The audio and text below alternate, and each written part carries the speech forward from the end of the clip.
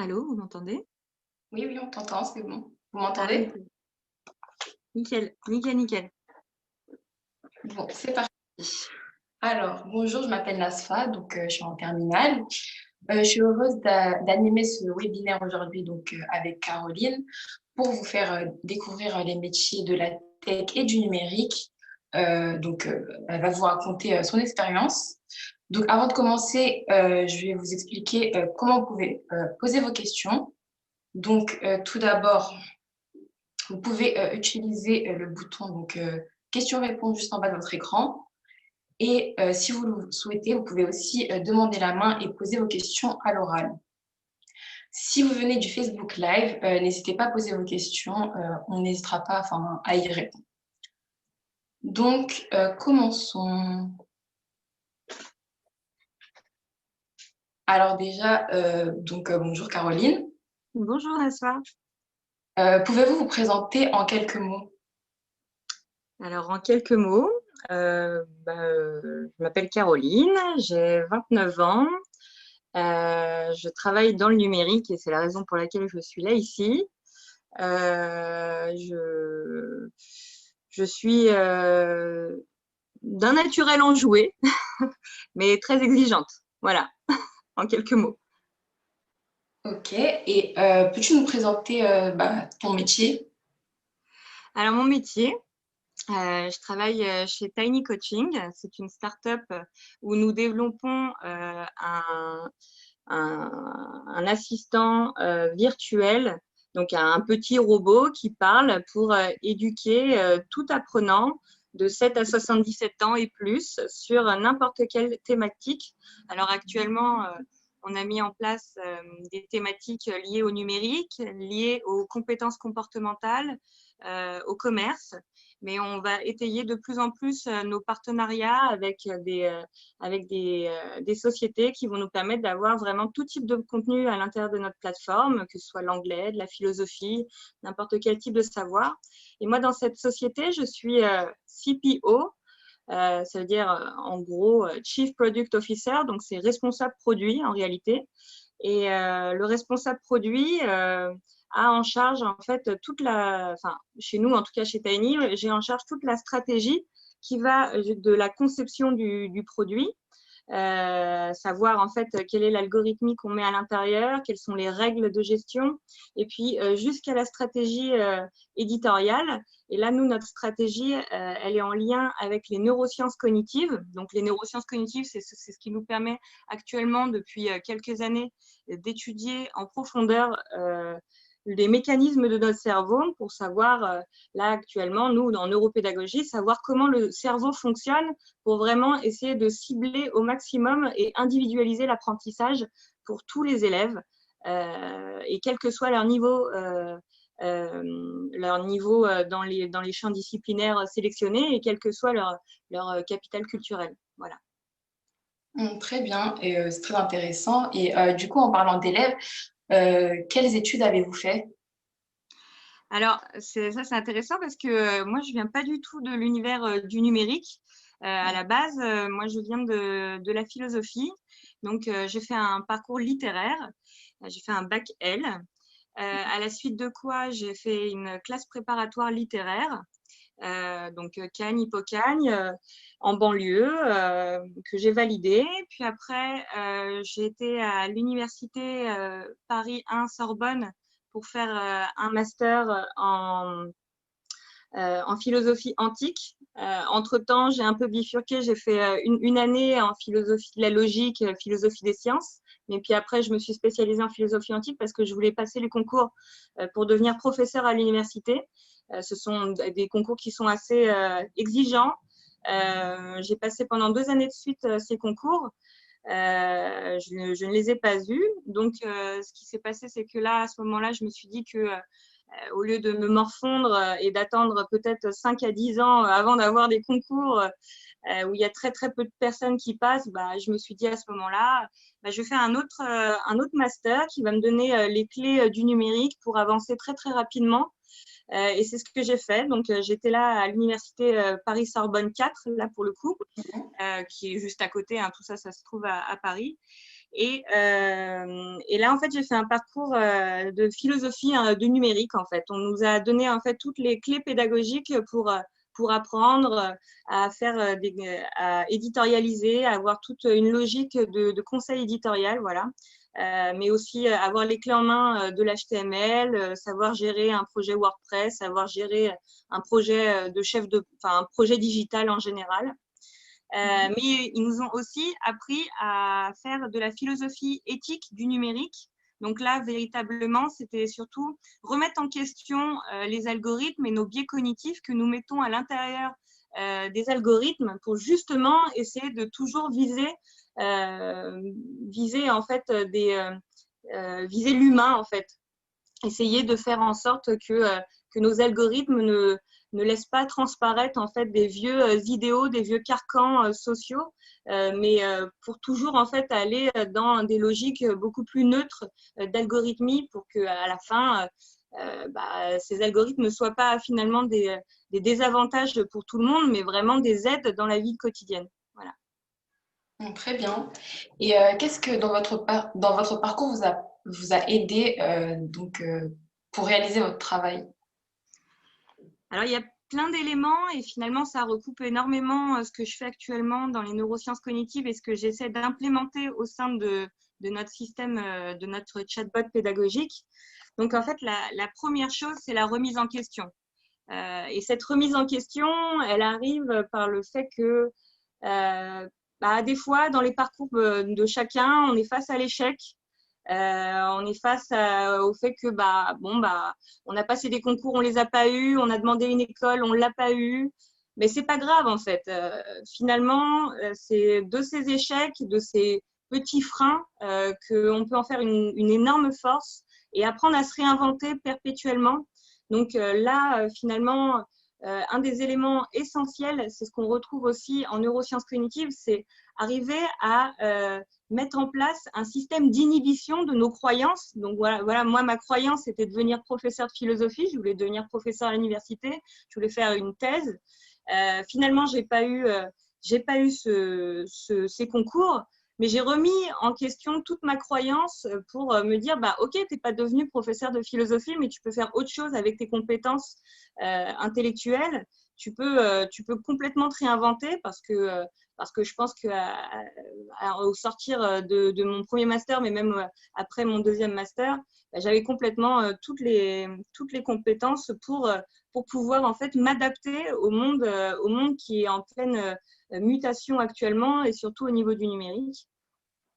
Donc ça, c'était très important. Donc avoir ce côté d'inhibition des croyances du passé pour toujours se réinventer et sortir de sa zone de confort. Voilà. Parce que finalement, la philosophie, c'était devenu ce qui était ma vie, ma passion. Et finalement, se dire que je vais tout de suite là passer à un autre savoir-faire dans le numérique, ça peut faire peur en fait. Ça peut faire peur parce qu'à un moment, on se dit non, en fait, c'était pas ce que je voulais faire auparavant. Donc par la peur, en fait, on reste dans sa zone de confort et on a peur de se réinventer. Et ce qui est important, justement, c'est la confiance en soi. C'est le fait de se dire qu'à un moment, on peut avancer et on peut réapprendre. On peut apprendre à apprendre continuellement et tout au long de sa vie. Donc, vous encouragez les jeunes d'aujourd'hui à se lancer dans le numérique et dans la tech, donc. Alors, oui. Alors, profondément, je pense que le numérique, c'est aujourd'hui un des champs les plus libres qui existent et dans lesquels on a besoin de toutes les compétences possibles qui se trouvent dans les métiers de tous les jours. Parce qu'en fait, maintenant, il y a à la fois le métier, mais il y a aussi la communication de ce métier via les réseaux, via les sites web. Donc, en fait, aujourd'hui, un métier se fait en physique, mais se fait aussi de façon virtuelle dans le numérique. Donc, vous pouvez retrouver exactement tous les champs disciplinaires dans le digital. Nous avons la question d'un spectateur anonyme, donc qui est très intéressante. Y a-t-il malgré tout des liens entre la philosophie et le numérique? Mais complètement. Alors là, du coup, j'en reviens à ce que je disais auparavant, qui est mon deuxième master, qui m'a donné en fait la base de philosophie éthique du numérique pour justement en fait questionner là, les algorithmes et donc les règles de gestion que nous mettons au sein de notre chatbot. Donc, en fait, là, la philosophie me sert à me remettre en question perpétuellement sur les biais cognitifs que parfois on peut mettre au sein des algorithmes. Par exemple, ou alors, au-delà des biais cognitifs et de remettre en question ce qui a déjà été construit, c'est au moment de la conception, de se dire, OK, il y a l'existence qui se fait déjà actuellement dans les chatbots, mais est-ce que moi, je ne pourrais pas apporter une nouvelle manière de concevoir le chatbot? Et là, par exemple, je vais vous donner un cas pratique. Le jour où, dans les premiers temps où nous étions en train de concevoir le chatbot pédagogique, moi, la question fondamentale qui s'est posée, c'était de me dire, bon, ben voilà, que l'on soit un garçon ou une femme, j'aimerais que finalement Tiny s'adresse au masculin ou au féminin à la personne de façon adaptée en fonction de sa détermination du genre. Donc moi, pour moi, c'était très important de ne pas demander à la personne quel était finalement son sexe, mais plus la méthode, la manière dont elle se déterminait. Donc potentiellement une personne masculine qui voulait qu'on lui parle au féminin peut le faire totalement au sein de ce chatbot. Donc en fait, voilà. Donc ça, par exemple, c'est une volonté, en fait, d'une part, de ne pas déterminer les gens dans des catégories d'hommes ou de femmes parce qu'on considère que le cerveau apprend de la même manière que l'on soit un homme ou une femme. Nous sommes égaux face à l'apprentissage. Et au-delà de ça, c'est même pousser, en plus, ces logiques-là qui vont au-delà de la détermination, où là, en fait, on laisse la possibilité libre à chacun de choisir la manière dont on souhaite lui parler pour s'adresser à lui avec des langages conversationnels qui sont adaptés à la manière dont lui, il se perçoit. Voilà. Merci pour cette réponse. On nous demande dans quel secteur du numérique faudrait-il se diriger? Ah bah, tout dépend finalement de vos ambitions, de ce que chacun aime en réalité. Donc, par exemple, moi ce qui m'a toujours tenu à cœur, c'était l'éducation. L'éducation parce que moi-même, je suis une enfant de l'éducation publique. Pour moi, c'était important de retourner là-dedans pour pouvoir rendre à la nation ce qui m'avait été donné comme possible. Donc moi, c'était l'éducation, mais après, chacun peut faire comme il l'entend en fonction de ses aspirations profondes. Si certains préfèrent aller dans la musique, bah, allez voir SoundCloud et allez proposer vos talents chez SoundCloud. Si vos compétences sont plus visuelles et vous aimez les plateformes de streaming, allez voir YouTube, allez voir Vimeo. N'ayez pas peur d'oser. Mais chacun fait en fonction de ses aspirations profondes. Si c'est plus l'économie, il y a plein d'applications de finance ou aller dans les nouvelles façons de faire la banque, par exemple des nouvelles plateformes comme Néobank, comme Revolut. Donc, en fait, ce que je veux dire par là, c'est que tout dépend de la personne. Moi, c'était l'éducation et peut-être une autre personne, ça sera le jardinage. Et là, on trouvera une application sur le jardinage et il pourra y travailler en fonction de ses passions tout en gardant le côté digital. Et pour vous, comment s'annonce le futur du numérique? Pour moi, le futur du numérique, il avance et notamment là, en temps de crise sanitaire, on s'est rendu compte que les seules et uniques possibilités de contact et de lien culturel et social sont passées par les réseaux, sont passées par les messageries instantanées. Donc en fait, là aujourd'hui, la culture est à l'arrêt, à part la culture qui en passe par les canaux numériques. Donc même si aujourd'hui nous sommes au début de l'ère d'une pandémie ou de plusieurs pandémies, le numérique devient essentiel pour garder un contact entre les personnes d'une même famille qui ne sont pas forcément les uns à côté des autres. Moi, typiquement, voilà, ma mère est chilienne et mon père est libanais, donc on a eu des appels du monde entier ils nous ont demandé si ça allait, si on arrivait si on s'en sortait. Donc ces liens n'auraient jamais pu exister s'il n'y avait pas eu les canaux tels que WhatsApp, tels que toutes les visioconférences qu'on a en ce moment, là Zoom ou Hangout.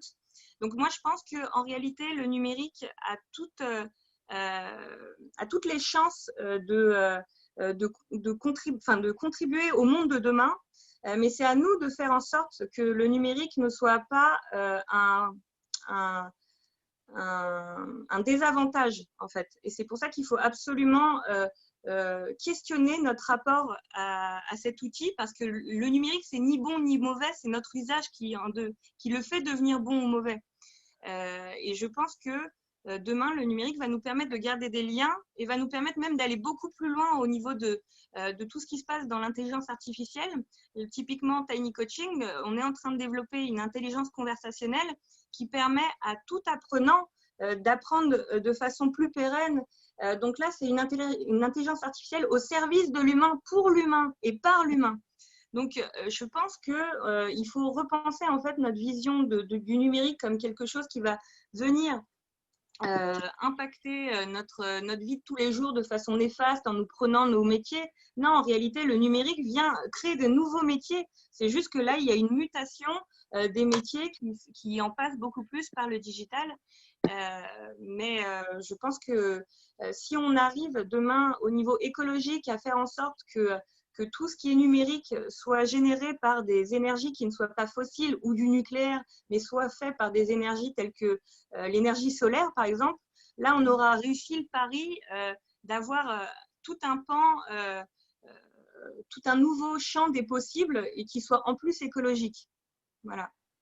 Oui, c'est vrai. Et revenons à votre métier. Qu'est-ce qui vous plaît le plus dans ce que vous faites? Alors moi, ce qui me plaît le plus dans ce que je fais, c'est de… Il y a plein de choses en fait.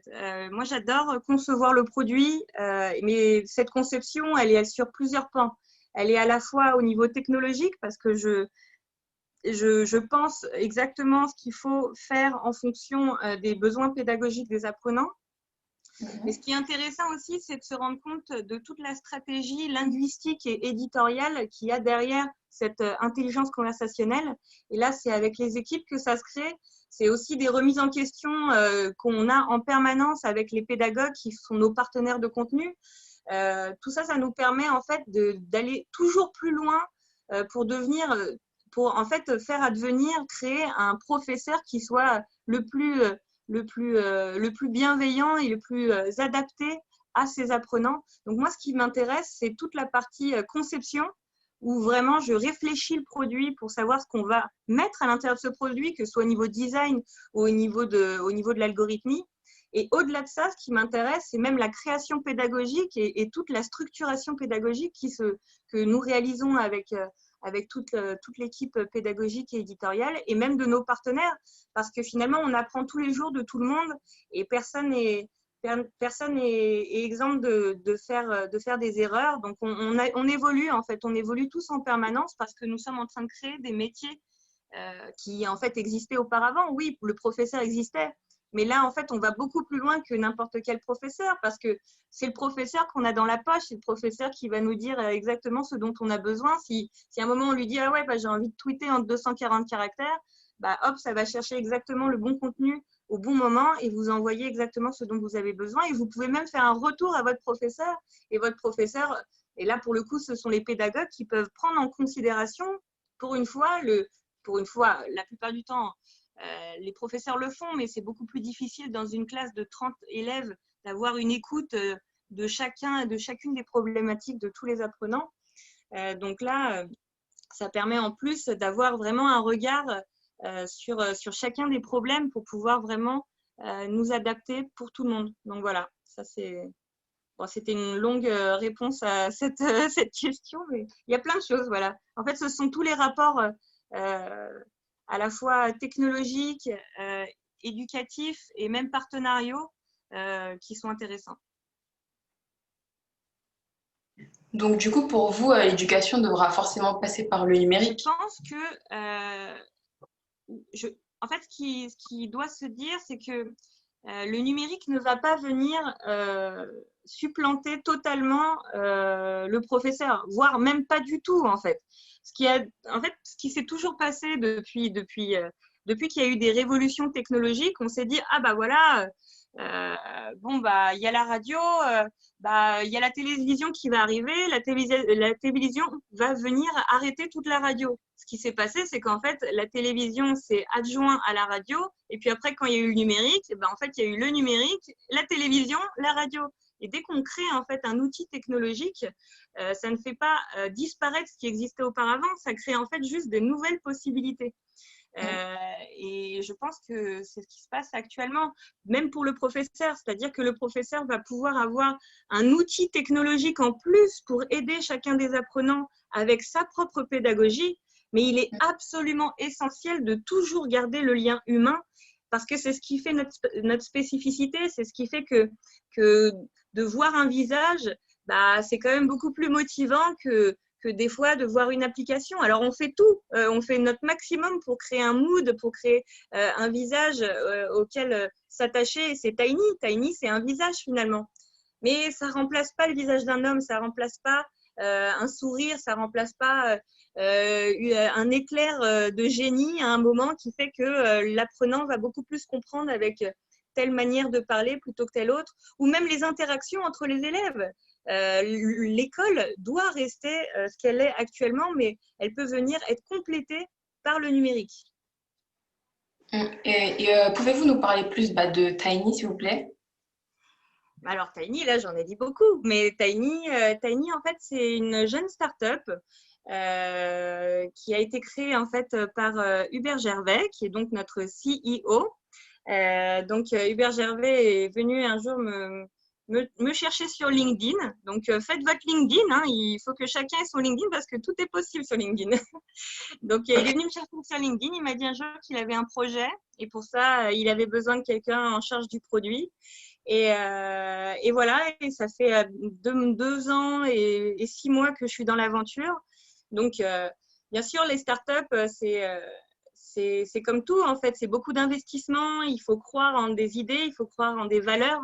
Mais en réalité, quand on fait ce qu'on aime, et c'est pour ça que tout à l'heure, je mettais l'accent sur les aspirations profondes de chacun, quand on fait ce qu'on aime, on ne compte pas en fait. On ne compte pas, donc on s'investit et on fait son maximum à chaque instant, même si, oui, des fois, l'environnement de la start-up, c'est un environnement qui évolue très très vite parce qu'à un moment on est 2, puis à un moment on est 3, puis 8, et c'est comme ça qu'après une start-up évolue et passe à 10 ou 15 personnes. Et tous ces moments de la start-up, bah, il est important de toujours garder à l'esprit d'être dans l'adaptation continue, d'apprendre à apprendre et d'apprendre des autres en permanence. Donc voilà, Tiny, c'est ça. Tiny, c'est une équipe. Ce sont des gens qui croient en un produit, qui donnent leur meilleur pour avancer et qui croient en des valeurs, des nouvelles valeurs de l'éducation, en fait des valeurs qui étaient déjà là, mais des valeurs qui ont été transformées par le numérique et qui nous permettent d'aller encore plus loin dans l'adaptation aux besoins de chacun. Voilà. Merci. Et à mon âge, est-ce que vous vous imaginiez faire ce que vous allez faire du coup? Ce que vous faites? Pas le moins du monde.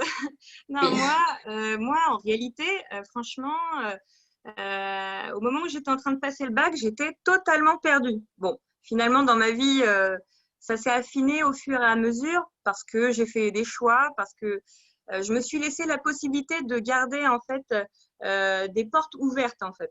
Donc, au sortir du bac, ce qui s'est passé, c'est que j'ai voulu garder en fait un système très ouvert. Donc, j'ai préféré aller dans une prépa. Donc, en classe préparatoire littéraire, finalement, c'était un peu comme faire un nouveau bac, mais en 1000 fois plus dur. Donc, en fait, ce sont les mêmes disciplines, mais en très, très poussé parce qu'en bout de course, on nous fait passer les concours pour l'ENS, pour les écoles de commerce, pour tout type d'école après le bac+2. Donc voilà, moi, l'idée, c'était vraiment de garder, comme je ne savais pas vraiment ce que je voulais faire, mais je ne voulais pas me fermer des possibles, j'ai fait cette classe préparatoire littéraire, ce qui m'a fait vraiment encore plus découvrir la philosophie. Et c'est là où je me suis déterminée pour la philosophie. Et comme je vous ai dit, en bout de course et en fonction du parcours, en fonction des échecs aussi, où je me suis dit que je ne pouvais pas attendre des années pour passer les concours parce qu'à un moment, il y a le principe de réalité qui arrive, c'est-à-dire qu'il faut rentrer dans le monde du travail. On ne va pas rester toute sa vie chez ses parents ou alors on essaye au maximum de limiter ça. Donc on essaie de vite avoir l'indépendance financière et pour ça, je me suis dit qu'il fallait me réinventer et faire cet autre master. Donc, à ton âge, je ne savais pas du tout où j'allais, mais ce que je savais, c'est que j'avais pas envie de me fermer des possibles. Donc, j'ai gardé en fait la possibilité de choisir tout au long de mon parcours jusqu'au moment où quand même j'ai trouvé la philosophie et que la philosophie m'a menée au numérique.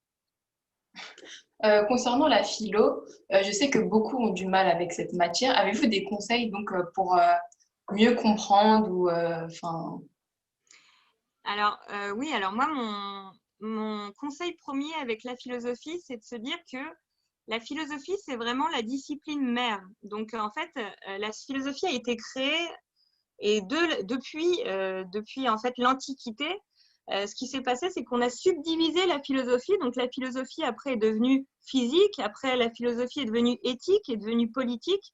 Et en fait, ce qu'il faut savoir, c'est qu'il y a une philosophie de chaque champ disciplinaire.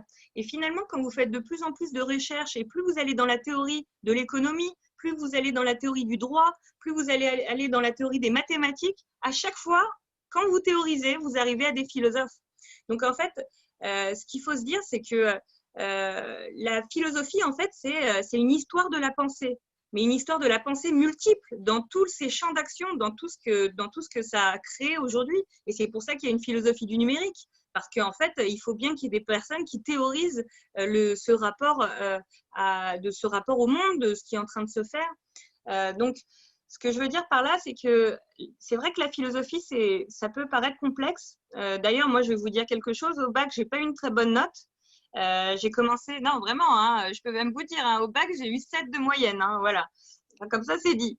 Donc voilà, non, au bac, j'ai une très, très mauvaise note et ça m'a plombé d'ailleurs toutes mes mentions que j'ai réussi finalement à avoir au fur et à mesure grâce au master. Mais ce que je veux dire par là, c'est que il ne faut pas avoir peur d'aller dans la philosophie, même si on a une mauvaise note au bac. Et moi, c'est vraiment en classe préparatoire que ça s'est révélé parce que j'ai eu des professeurs qui étaient extrêmement bons, qui ont pris le temps de m'expliquer que la philosophie, c'était pas que des auteurs qui étaient des fois soporifiques. Non, en fait, c'était vraiment des pensées qui étaient très clairvoyantes et il y avait même de la philosophie contemporaine sur ce qui est en train de se faire actuellement. Et c'est ce vers quoi je tends de plus en plus, c'est-à-dire que moi, aujourd'hui, avec tout mon passé, tout ce que j'ai appris et toute la philosophie antique que j'ai étudiée, aujourd'hui, j'ai le moyen de philosopher pour aller beaucoup plus loin, pour essayer de penser le monde actuel grâce à mon impact dans Tiny Coaching. Et donc là, de plus en plus, je pense l'éducation au niveau philosophique parce qu'en fait, il n'y a pas de borne à la philosophie. Et même pour tous ceux qui sont scientifiques, voilà, vraiment, il faut se dire que quand, quand on fait des recherches en mathématiques, en physique, même en physique quantique, vous revenez toujours à des personnes qui sont aussi philosophes et qui théorisent de la même manière que les philosophes. Donc voilà, donc je pense qu'il faut réhabiliter la philosophie. Il ne faut pas avoir peur d'elle parce que c'est vrai elle peut être très très dure de prime abord parce que chaque siècle a sa manière de parler, ses nouveaux mots. Donc des fois, ça peut être très très lourd à concevoir. Mais c'est grâce à ces efforts qui sont faits qu'au fur et à mesure, on arrive à davantage comprendre tous les champs d'application du monde environnant jusqu'à aujourd'hui, jusqu'au numérique. c'est vrai. Merci pour cette réponse. Donc, avant de passer donc, aux questions des spectateurs, as-tu des conseils donc, à donner aux jeunes qui aimeraient faire le travail que tu fais actuellement? Pour vous donner un conseil, alors déjà moi, avant d'être CPO, j'étais J'étais d'abord product owner. Donc, product owner, c'est donc celui qui était en charge du produit.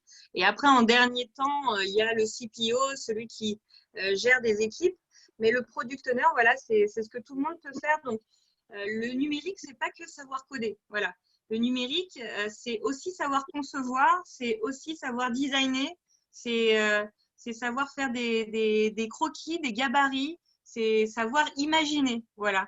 Donc, en fait, si l'idée de concevoir un produit, de son design jusqu'aux règles de gestion au sein du produit, bah, aller dans tous ces nouveaux métiers du product management ou product owner ou en bout de course CPO.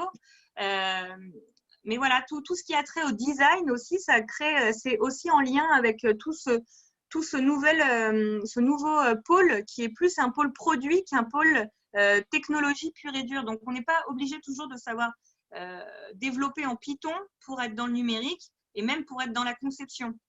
Après, au bout d'un moment, c'est vrai que plus on pousse plus on a envie de comprendre son produit, plus on a envie d'avoir en main les compétences techniques pour les mettre très vite en place. Mais il ne faut pas oublier que le numérique, c'est aussi de la collaboration. Donc, en fait, les concepteurs sont toujours en lien avec les développeurs qui sont eux-mêmes en lien avec tous les pôles. Donc, en fait, il faut penser transversalité. Donc, dans le numérique, si vous n'avez pas les skills, enfin les compétences ultra spécifiques de développement, mais vous pouvez les avoir ailleurs, vous pouvez les avoir dans le design, dans la création, vous pouvez les avoir dans la communication, vous pouvez les avoir aussi dans le commerce. Aujourd'hui, même pour le commerce, il faut savoir faire des diaporamas, il faut savoir faire des vidéos. Donc, en fait, voilà, moi, mon conseil, c'est vraiment penser, si vous aimez le produit, il faut penser transversal. Parce que le produit, il est toujours en lien avec tous les pôles.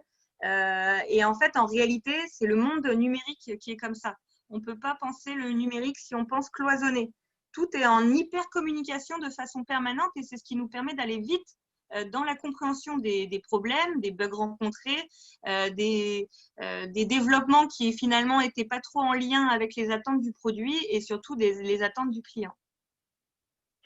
D'ailleurs, nous avons un commentaire de SC qui dit que beaucoup d'élèves envisagent le numérique qu'au travers des jeux vidéo, donc difficile d'amener le côté pédagogique. Donc, qu'en penses-tu? Alors moi, je pense profondément que les jeux vidéo sont éminemment importants. Il ne faut pas du tout rejeter en fait cette manière d'apprendre parce que en fait les jeux vidéo c'est vraiment très intéressant parce que ça crée en fait par le plaisir, le cerveau crée de la dopamine. La dopamine, c'est en fait cette molécule du plaisir qui fait qu'on a envie de continuer. En fait, ce qu'il faut faire, c'est de plus en plus aller dans des systèmes pédagogiques qui ressemblent à des jeux vidéo qui nous permettent justement de créer cette dopamine pour en fait toujours être dans une logique d'apprendre à apprendre, un peu à la manière finalement comme vous devez connaître, un petit peu à la manière de Duolingo, c'est-à-dire avoir en fait des parcours avec des badges ou en fait à la manière de Candy Crush. On avance et puis en fait on gagne des bonbons et au fur et à mesure on a l'impression d'être valorisé par le système parce qu'on a évolué et parce qu'on a appris. Donc je pense que les jeux vidéo sont à prendre en considération comme une aide à la pédagogie. C'est juste qu'il faut l'intégrer dans nos systèmes pour pouvoir véritablement permettre à l'apprenant de faire cette jonction entre l'éducation et le jeu vidéo. Donc, nous avons aussi une question d'un spectateur anonyme. Donc, pensez-vous continuer encore longtemps dans ce domaine? Je pense profondément rester longtemps dans ce domaine, oui, j'espère. J'espère pouvoir le faire parce que pour moi, c'est important. Là, c'est vraiment une valeur profonde que j'ai en moi.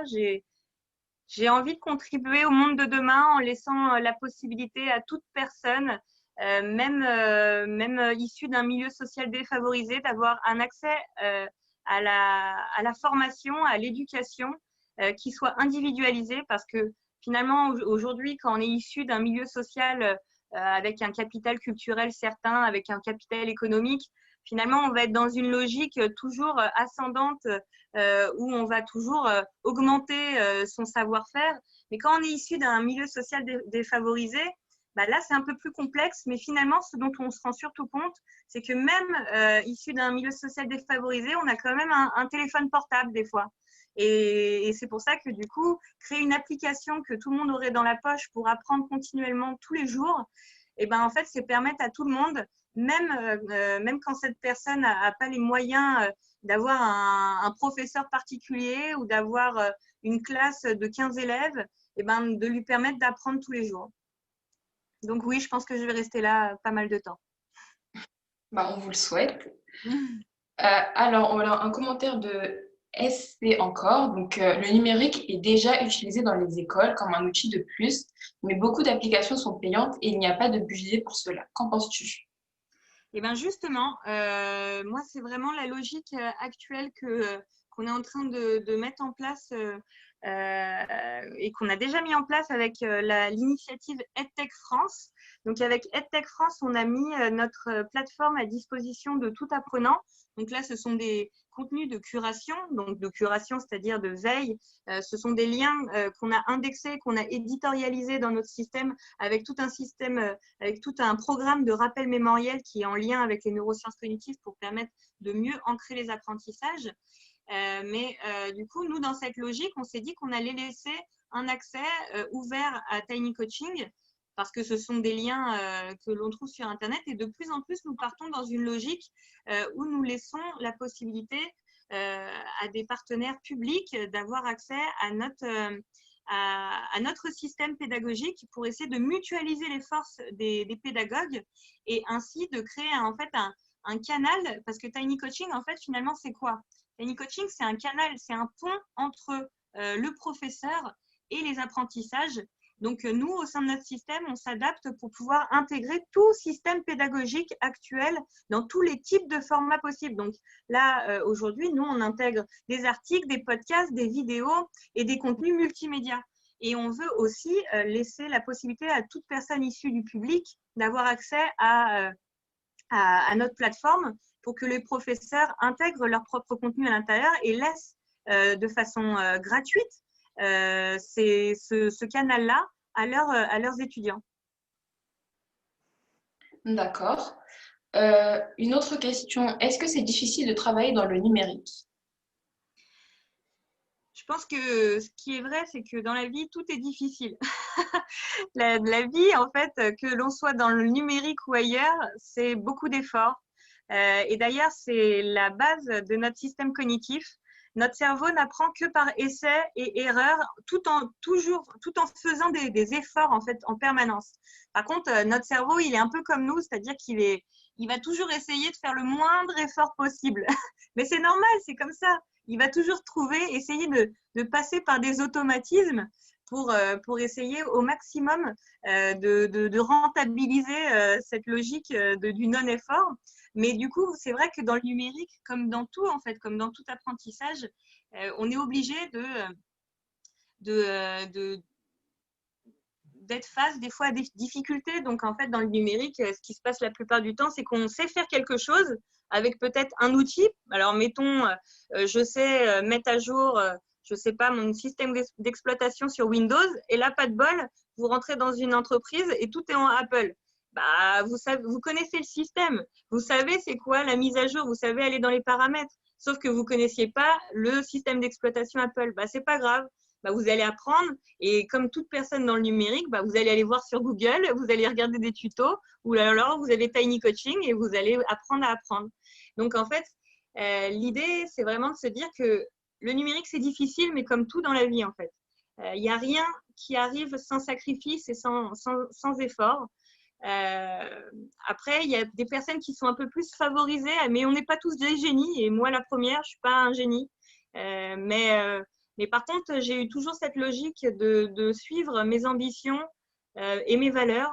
Et pour ça, j'étais prête à faire des efforts. Et donc, je continue à en faire actuellement et je continuerai, je pense, toute ma vie pour toujours être dans cette logique de « Ok, bah, je ne sais peut-être pas faire ça en particulier, mais je connais déjà ce système et au moins, je connais la manière d'apprendre. Donc là, j'interroge Google dès que je ne sais pas. Et de plus en plus, j'espère que notre plateforme sera un référentiel pour tout le monde pour aller chercher des contenus pédagogiques courts et qui permettent très rapidement de savoir comment faire les choses. D'accord. On nous demande que doit-on faire pour apprendre le numérique? Donc, vous avez parlé de tutos, de Google, mais quoi d'autre? Bah, en fait, le numérique, quand même, je pense qu'aujourd'hui, dans ce qu'on appelle la génération Z, c'est en fait cette génération qui a quand même la propension à toujours aller checker sur Internet, finalement, sur Google, sur YouTube, sur tout, en fait, tous les moyens à disposition pour savoir comment faire quelque chose. Moi, la première, comme je vous dis, dès qu'il y a un problème, je vais voir les tutos. Donc, en fait, apprendre le numérique, c'est surtout utiliser tous les moyens possibles pour apprendre. Et même s'il faut aller voir aussi des livres, hein, il y a des très bons livres qui sont écrits dans le numérique. Moi, je continue à lire des livres, mais je continue aussi à lire des livres en format EPUB, donc en format numérique. Moi, j'utilise, quoi qu'il arrive, et de façon continuelle, tous les canaux possibles en fonction de mes besoins du moment. Donc, en fait, quand je sais que j'ai un petit peu de temps, bah, je me lis mon livre en format numérique. Quand je sais que j'ai pas trop de temps, il me faut vite une réponse, bah là, je vais sur Google, j'essaie de taper avec des mots-clés bien ciblés pour avoir exactement ce qu'il me faut. Et en fait, voilà, je continue. Et aussi, moi, ce que j'ai toujours aimé, c'est YouTube, parce que moi, je m'abonne à des flux de YouTubeurs, des YouTubeurs qui ne sont pas forcément dans les jeux vidéo ou dans le maquillage, mais vraiment là, dans les champs disciplinaires qui m'intéressent. Donc moi, là, par exemple, en philosophie, en économie, enfin, il y a beaucoup de choses qui se font sur Internet et sur YouTube pour avoir en fait des flux d'informations de qualité qui sont faits par des gens lambda comme toi, comme moi, et qui permettent d'avoir un accès au savoir libre et instantané. Mais pour ça, il faut savoir chercher, et des fois, il faut savoir chercher longtemps. Et plus vous allez faire, plus vous allez vous connecter à des flux d'informations qui sont de qualité. Par exemple, France Culture. France Culture, c'est un flux d'informations de qualité, notamment là pour le bac. Ils ont mis en place tout un système pour continuer d'apprendre à apprendre avec tous les champs disciplinaires.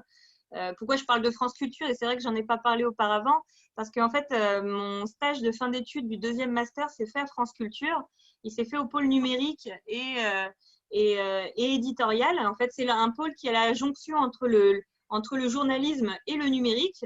Et là, je suis rentrée dans les arcanes de la radio et je me suis rendu compte que l'État nous laisse à disposition de façon gratuite une radio qui est extrêmement de très haute qualité, avec des contenus pédagogiques qui tendent de plus en plus à vulgariser pour que ce soit compréhensible pour tous. Donc voilà, encore une fois, tout est une histoire de canal. Moi, des fois, j'ai besoin de savoir. Donc je m'abonne à des podcasts de France Culture et je les écoute en différé le soir, dès que j'ai un peu de temps, le week-end. Donc voilà, donc moi, ma méthode pour apprendre, c'est aller chercher l'information où qu'elle soit. Mais l'information, ce n'est pas la première information venue. Il faut apprendre aussi à remettre en question toute notre façon très rapide à prendre une information et à se dire que c'est la bonne. Non, la plupart du temps, moi, j'ai des canaux bien spécifiques où je sais que ce sont des très bons canaux de diffusion, mais quand des fois, je fais appel à Google et je fais ma recherche, je garde toujours à l'esprit de faire au moins 2 ou 3 recherches, voire 5, pour essayer de croiser les informations. Et je vais toujours regarder qui a édité le contenu, par quel organisme. Et je vais vraiment faire des recherches parce que des fois, on peut se retrouver avec des contenus qui sont en fait des fake news qui ont été relayés par des journaux qui sont des fois très, très limites et très engagés politiquement dans des biais que moi, qui correspondent pas à mes valeurs en tout cas. Donc là, il est très important de toujours croiser l'information, peu importe quel canal de diffusion a été utilisé. Donc, voilà. Donc, soit vous allez sélectionner des canaux de diffusion qui sont déjà dans une hyper sélection à très haute valeur ajoutée. Donc, par exemple, là, typiquement, France Culture. Mais si vous êtes sur Google, vous pouvez tomber sur de très bons articles. Mais pour autant, il faut savoir croiser l'information. Et là, c'est comme ça que vous allez départir le vrai du faux et la fake news d'une vraie analyse qui pourra vous aider par la suite. C'est vrai. Merci pour tous ces conseils très utiles. Donc, on a une question donc, sur la philo. La philo, ça ne vous manque pas? Bah, en fait, la vérité, c'est que la philosophie, elle est là tous les jours dès que je pense dans le produit dans lequel je suis, parce qu'on est à la jonction de l'éducation, du langage. En fait, aujourd'hui, à chaque fois que j'essaie de penser le produit, à chaque fois que on fait un comité éditorial avec les pédagogues et éditorialistes de la solution Tiny Coaching, il n'y a pas un moment où j'utilise pas la philosophie, pas un seul. Donc, en fait, en réalité, selon votre parcours de formation, ça va vous rester tout au long de votre vie. À savoir quand même que votre système cognitif, votre cerveau, en fait, arrive à maturation avec en moyenne 86 à 100 milliards de neurones lorsque vous avez 25 ans. Donc, en fait, vous arrivez à la maturation de votre cerveau à 25 ans. Donc, ça veut dire que ce que j'ai appris durant ces années-là m'a profondément marqué. Et aujourd'hui, je n'arrive même pas à penser autrement que de façon philosophique. Et si, par exemple, vous aviez fait un parcours d'apprentissage qui était un parcours économique, bah en fait, vous, votre mindset, votre manière de penser sera fondamentalement, et quoi que vous fassiez tout au long de votre vie, économique. Et pareil pour les mathématiques. Je pense que quoi qu'il arrive, quand on part dans un… C'est pour ça qu'il est important de choisir ce qu'on aime et ce qu'on a envie de faire, surtout au niveau de l'apprentissage. Parce que quand vous maturez de plus en plus votre système cognitif, bah en fait, vous ancrez profondément cette manière d'apprendre, cette manière de faire dans tout ce qui va être vos évolutions ultérieures. D'accord. On a un petit mot pour toi. Donc, ce n'est pas une question, mais j'aimerais vous dire moi-même, poursuivant un cursus littéraire, je suis très admirative de votre parcours et du courage que vous avez eu. Ah, bah, c'est super, bah, c'est gentil. C'est gentil. Je suis là justement aujourd'hui pour essayer de donner envie à toute personne d'apprendre, de continuer, de ne pas avoir peur d'être face à l'échec. Et ça, c'est vraiment important parce que je l'ai vécu, c'est difficile. Mais voilà, c'est aussi beaucoup d'humilité. Finalement, nous ne sommes pas des dieux. Nous ne sommes qu'humains. Voilà, on a le droit à avancer, on a le droit Des fois, c'est pas le bon moment en fait. Je voulais devenir professeur, mais c'était peut-être pas le bon moment pour le devenir. Il y avait d'autres personnes qui étaient plus à même de le devenir, elles le sont devenues. Et moi, ça m'a permis de créer une nouvelle pédagogie et d'affiner toujours un peu plus mon système. Donc voilà, moi je suis là pour ça en fait, ouais, pour donner envie et surtout pour dire que la conception produit n'est pas obligatoire avec les skills de codage. On peut, c'est super. D'ailleurs, si on arrive à avoir la conception et la technologie en même temps, c'est vraiment top. Mais la conception du produit peut aussi en passer juste par une réflexion. Et donc là, c'est une projection de ce qu'on imagine comme étant le futur de l'éducation, le futur de la banque, le futur de la finance. En fait, l'idée, c'est que merci de m'écouter. Et moi, j'ai envie de vous dire de continuer à imaginer demain. Merci pour cette réponse. Et enfin, dernière question, qu'est-ce qui vous fait le plus peur à propos de l'avenir du numérique? Moi, ce qui me fait peur dans l'avenir du numérique, j'ai pas vraiment peur de l'avenir du numérique. Je pense qu'aujourd'hui, on est à un moment crucial de nos sociétés où il faut qu'on repense la technologie avec des énergies qui ne sont plus fossiles ou des énergies qui consomment beaucoup. Là, pour le nucléaire, ça crée de l'électricité, mais bon, ça crée beaucoup de problèmes aussi à côté. Donc, je pense que le numérique doit aujourd'hui penser de plus en plus sa création d'énergie ou l'énergie qu'elle utilise pour advenir. Donc là, il faut vraiment qu'on parte dans les énergies solaires ou dans des autres systèmes d'énergie qu'on pourrait utiliser, qui sont dans une nouvelle manière de penser l'énergie. Donc là, après, c'est plus des nouvelles conceptions physiques, notamment qui s'appelle l'exergie. En fait, l'exergie, c'est tout ce qui est rejeté par les énergies et qui…